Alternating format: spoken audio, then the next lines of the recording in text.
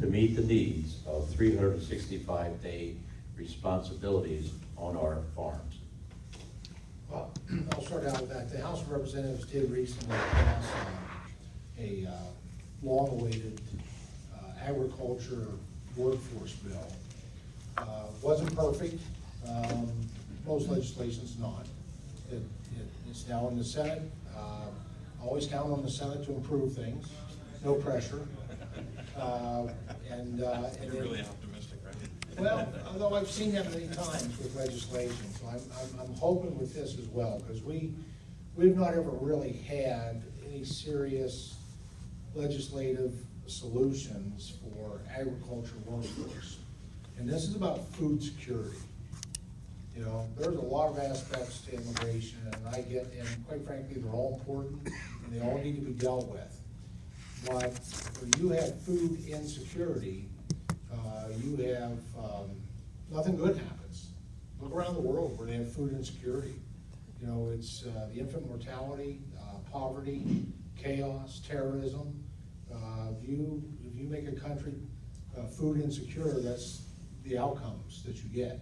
We don't ever want to go there. We're blessed. God has been good to us with our ability to provide food for not just the people who live here in America today, but quite frankly for a lot of the rest of the world.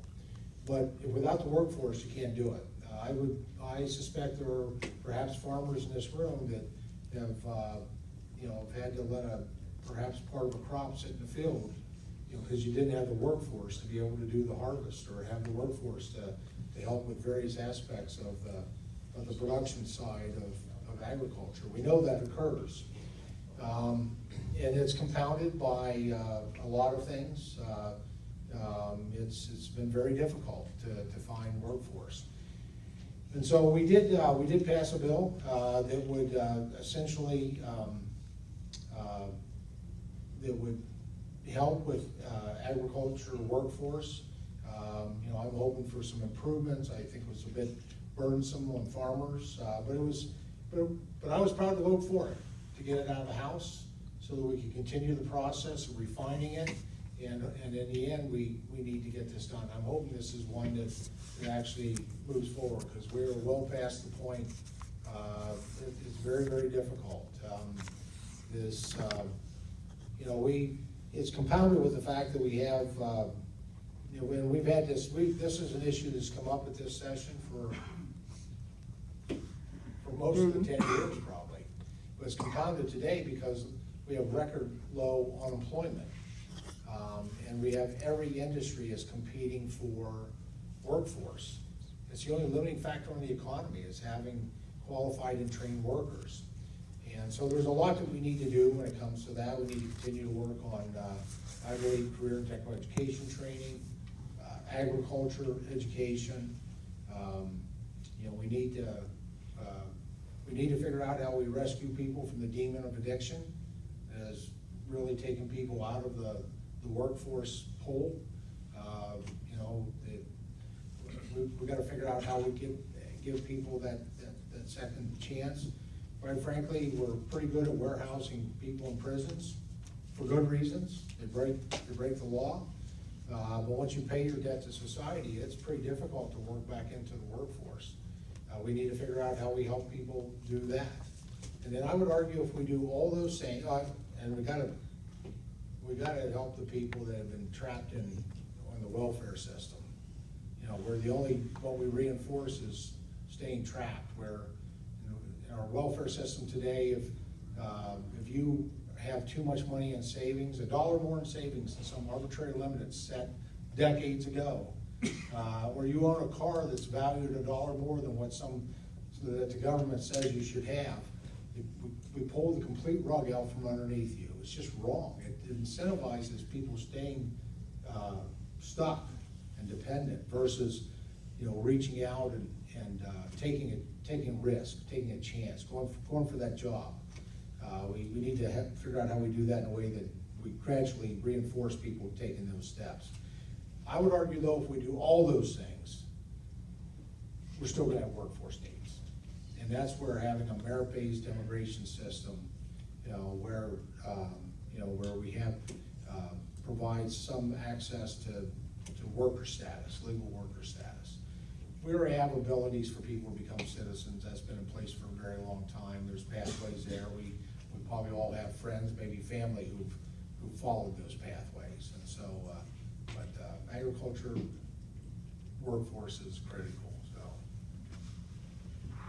GT, thanks. And GT started by talking about the interplay between the House and the Senate. I will say there was one moment where I can really brag about the Senate. Can't do that every day. I've been there a while, and I know when we can brag about when we can't. One moment. 2013, the Senate passed a comprehensive immigration bill.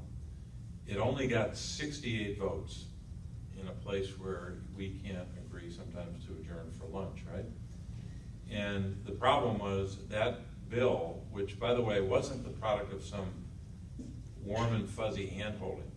There was a lot of punching and a lot of bloodletting, politically speaking, between and among 8 United States senators. It's probably one of the biggest pieces of legislation that I've ever voted on since I've been there. And I know exactly the 8 who worked on it, and I know their names. And that isn't always the case when multiple people work on a big bill like that. But here's the point, it dealt with everything. Not perfectly, but this country would be in much better shape today if that bill had gone through the House and was signed into law in 2013, because it dealt with all the tough issues. It dealt first and foremost with border security. Would have invested more border security dollars than anyone in Washington has ever proposed in the recent debates we've had. It dealt with the worker issues that GT so accurately pointed to as a problem. Guest workers and the workforce itself. It dealt with a pathway to citizenship, but not an easy one. A long, arduous, difficult, but a path to citizenship. It wrestled with all the tough issues that everyone said we couldn't wrestle with. And it went to the House and it never got a vote. Now I think I understand why it didn't get a vote in 2013, but that's not worth commenting on today. But we need to get back to some piece of legislation that mirrors that. I think we should take the 2013 bill, dust it off, change it, say you don't like this, you don't like that, but you have to do this, I think, in a comprehensive way. And GT is sincere in trying to work on one big aspect of it, the workforce issues, which is what the question was about. But we still have to solve our immigration problems. We can't keep pushing them off because they're controversial, because there are divisions. We've got to get back to what those 8 senators did. And believe me, they kicked the hell out of each other over the course of about 8 months or longer. And they finally came up with a bill. And then at the last minute, someone wanted more money for border security. They added that. Then they wanted more money. They added that. There are lots of ways to get there.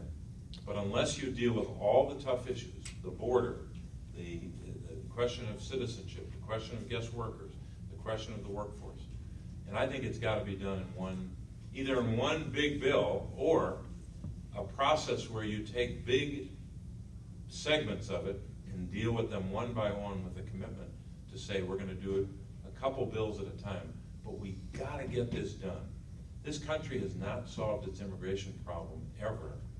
And we came as close in 2013 as I think the nation has ever come. So the faster we get back to that bill, or some version of it, I think the better for those workers that agriculture